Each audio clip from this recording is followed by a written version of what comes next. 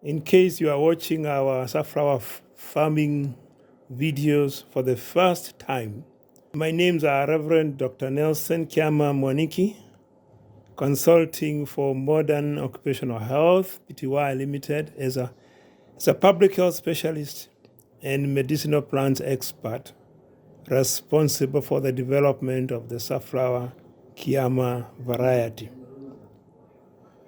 This documentary aims to showcase the unique characteristics of this high-value Safflower Kiama variety seed, which have been developed through yearly planting in different soils and microclimates in Botswana since 2002.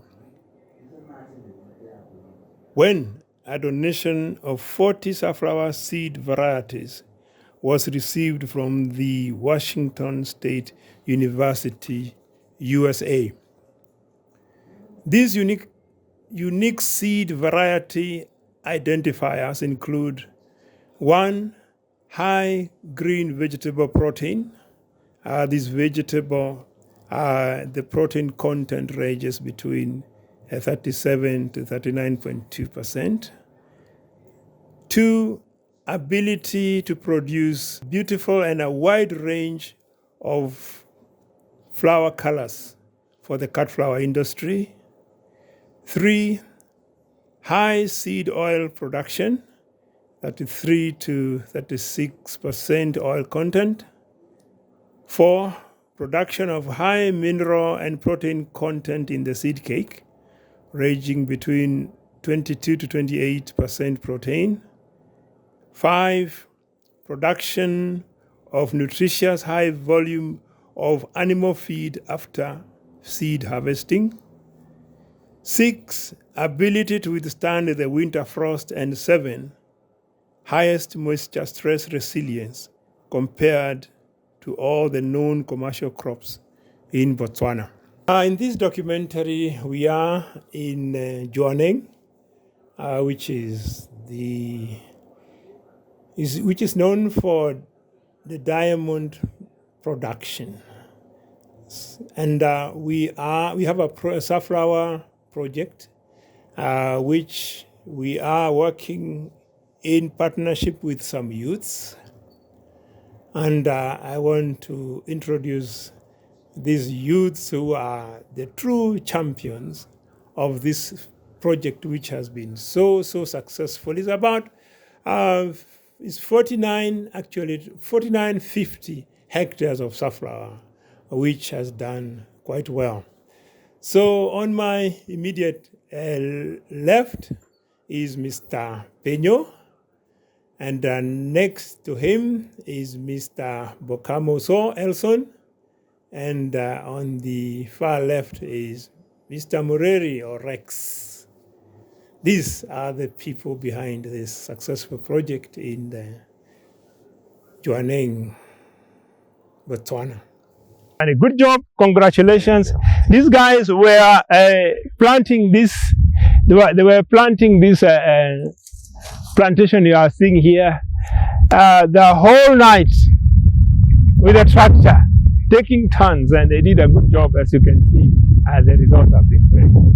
So as I said, we want to give some details about this Safflower Kiama variety, which has been developed from 2002 here in Botswana, and it has been developed for the purpose of poverty alleviation, hunger reduction, and also health promotion. It's a plant that is developed and has been now customized to the Botswana terrain and farming practices. And as you can see, we've got many varieties of safflower here. It's the same seed, the Kiama variety, but because of the many years of cross breeding and cross pollination, we have developed a uniform seed that gives you different characteristics of plant. The most important characteristic is that this plant grows throughout the year, especially withstanding the frost in winter. From planting up to this stage, the amount of rainfall that has fallen in this place is 11 millimeters. We planted when the ground had already accumulated some water, and that is the water that this plant is now using. This Safflower Kiama variety has been tested in the United States of America, in China, and in Germany for the food color value, and also for the level of sulforaphane A, and it has been proven to have what is required for the control of blood sugar, blood pressure, and also cholesterol. Just come from a trip in Panda Matenga, where we did the oil content assessment on the Safflower project in Panda Matenga, and we were able to get about 34-35% oil. That is a very good characteristic, considering that not just the oil, but the petals are easy to harvest, and when it is small, it produces very nice green vegetable. Highly nutritious. It's got polyphenols and these phytochemicals that promote health, especially a chemical like luteolin, quercetin, and these are the phytochemicals that will help fight disease, promote health, and they worked too much during the COVID era, when we used especially these petals to stop the spread of the virus. None of my patients who took these petals succumbed to the COVID virus. So I'm going to walk you through this farm. It stretches from where we are a distance of about 500 meters, half a kilometer. It's about 49 hectares in all, and it's all ready for harvesting the petals. And in another 2 weeks, 3 weeks, the seeds will be ready for harvesting. So as you can see, some are tall, some are short, some have got nice red colors, others are just yellow and tall. So this safflower variety will give you,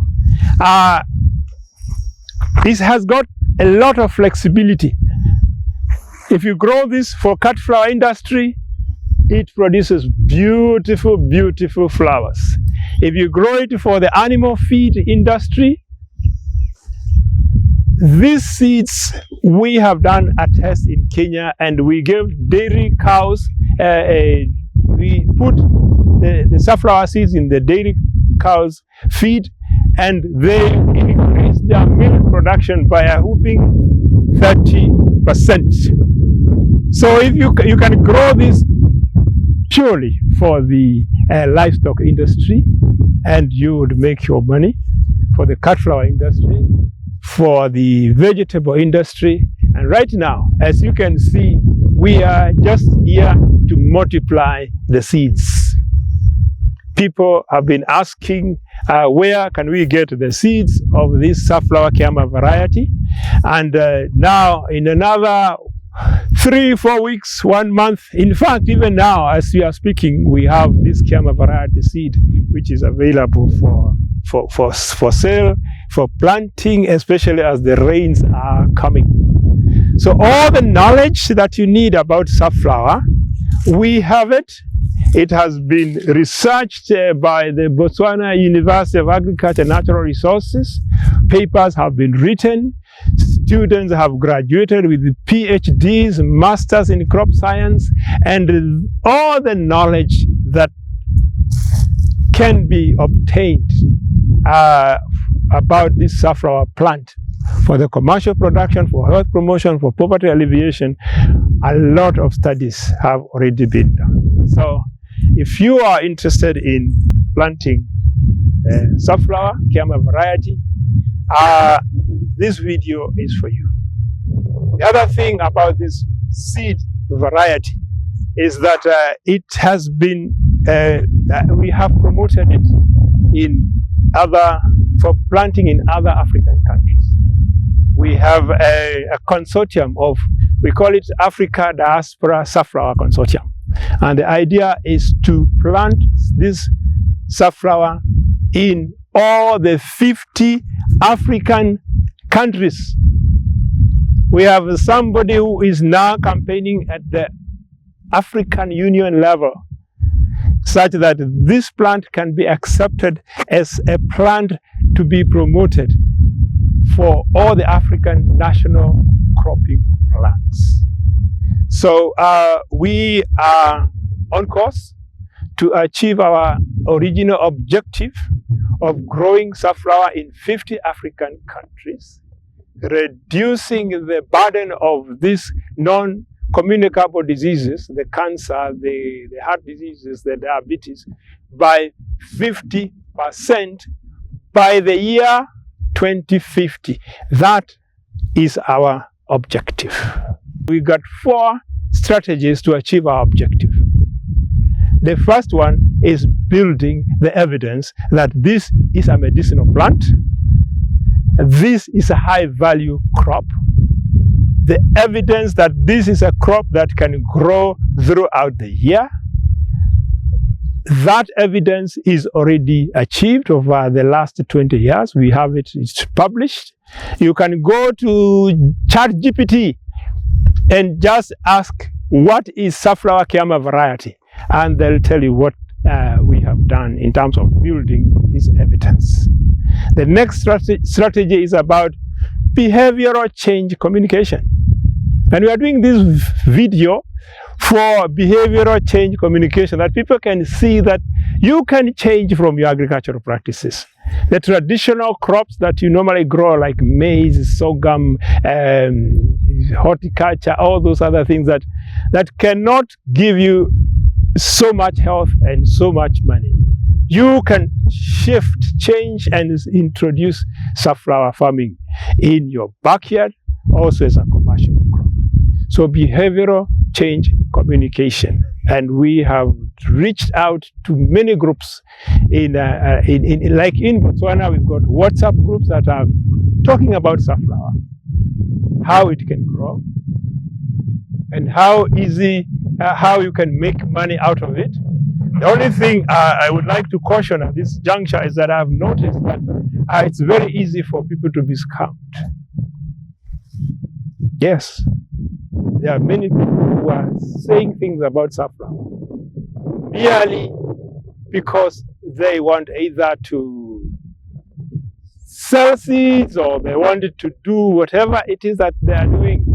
You've got to be careful. There are people talking, saying that the market for safflower is very big. Grow safflower and you are going to make money instantly. The truth is far from there. That we are at the early stages. The market for safflower is so huge outside Africa, outside Botswana.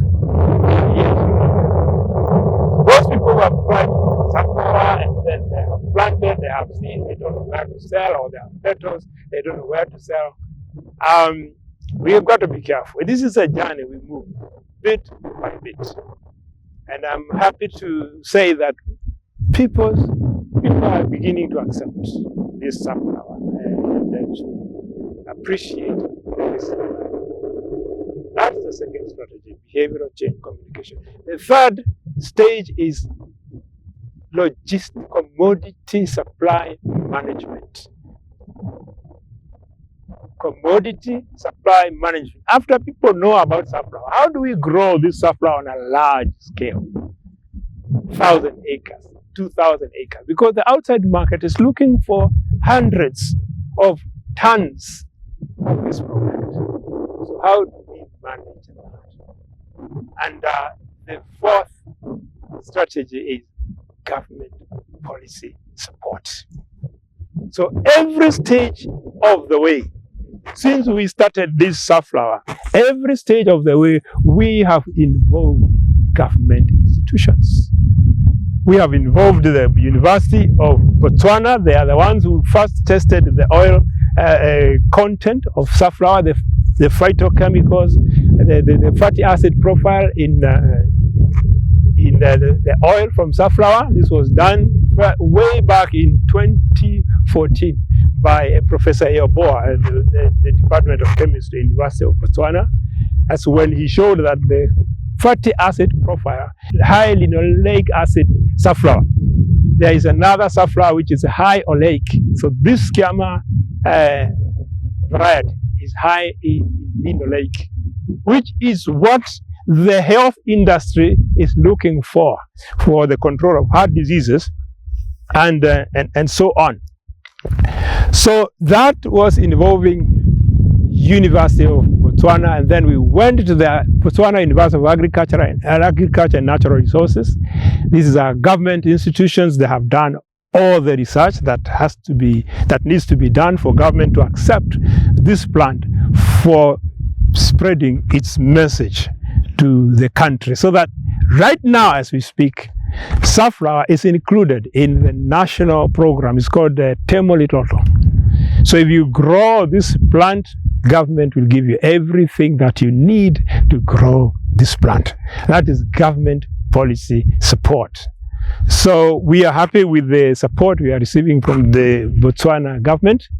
I have been informed by one of my friends at the government level is that the government is looking at helping to promote safflower products like the oil and the seeds to other countries through the Botswana Investment and Trade Center and Trade Center BITC. And this BITC were the first people that we approached way back in 2008 when we were growing this plant in a place called Tamaha. And the BITC guys came to Tamaha. They looked at what we were doing and they appreciated the high potential for export. And they are the ones who actually called the Ministry of Agriculture and said, we think there is a plant here that the Ministry of Agriculture should consider promoting. They are the ones in 2012 who organized for us to make a presentation at the Ministry of Agriculture headquarters, where all heads of departments, all directors in the departments in the Ministry of Agriculture attended, and we presented about our findings, our 7 years findings of growing this plant to them. And that is where Buan was instructed. That time it was agricultural hub. It was, so you must investigate the claims by this modern occupational health developed safflower seed. As when you start seeing students doing research at undergraduate, postgraduate levels, and even PhD levels.